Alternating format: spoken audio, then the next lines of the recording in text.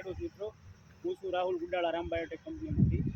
આજે આપણે વેળાવદર ગામે એક પ્રગતિશીલ ખેડૂત મિત્રની મુલાકાતે આવ્યા છીએ કે જેને ઘઉંમાં જાનકી જાયમ ખાતરનો વપરાશ કરેલો છે. તો સૌપ્રથમ આપણે ખેડૂત મિત્રનો પરિચય પૂછીશું. તમારું નામ? મારું નામ અડિયા પ્રવીણભાઈ આનંદભાઈ, ગામ વેળાવદર, તાલુકો તળાજા, જિલ્લો ભાવનગર. મોબાઈલ નંબર તમારો? 97 230 41 20. આપણે આ જે જાનકી જાયમ જે ખાતર તમે ઘઉંમાં નાખ્યું છે, તો એ નાખ્યા પછી તમને શું ફેરફાર દેખાણો છે? પહેલાં તો એમ હતું કે ઘઉં વણ થશે જ નહીં, અને મારા ભાઈ એમ કહેતા કે ઘઉંમાં કે તારે ભૂલ કંઈક છે ગમે એ. અને પછી મેં આ મુકેશભાઈ એનો યાગ્રાનો સંપર્ક કર્યો છે કે હું કહું મુકેશભાઈ આ ઘઉંમાં કંઈક આનું કંઈક જામતું નથી. તો પછી મુકેશભાઈ મને ડોલ આપી આવડ્યા.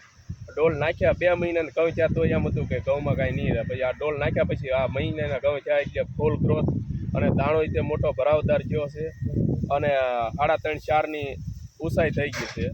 અને હું તે માલ પશુ રાખું છું અને હું ત્યાં ઘઉંને વાઢી અને પછી કુવળ છે ને એ માલને સારો લો અને કુવળનો મિક્સ કરીને દાણની જેમ વાપરું છું. એટલે હું ક્યારેય મોટી કટર નથી વઘારતો. એટલે જે આ જે ખાતર નાખ્યું એ પેલા ઘઉંનો ગ્રોથ જ નહોતો, બરોબર ને? ઘઉં થાય એવું શક્યતા શક્યતા નહોતી કે ઘઉં થશે એવા. આ ખાતર નાખ્યા પછી ઘઉંનો ગ્રોથ ફૂંડીનો બધી રીતે વિકાસ સારો થઈ ગયો ઘઉંનો, બરોબર ને? આપણે કેટલામાં વાવેતર છે ઘઉંનું? 3 વીઘાનું. 3 વીઘામાં છે.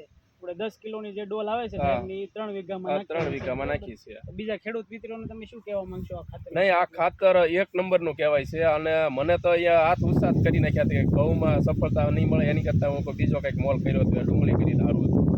પણ ઘઉં આમ પાછું હું ઓર્ગેનિક જ તે ખેતી કરું છું વર્ષોથી.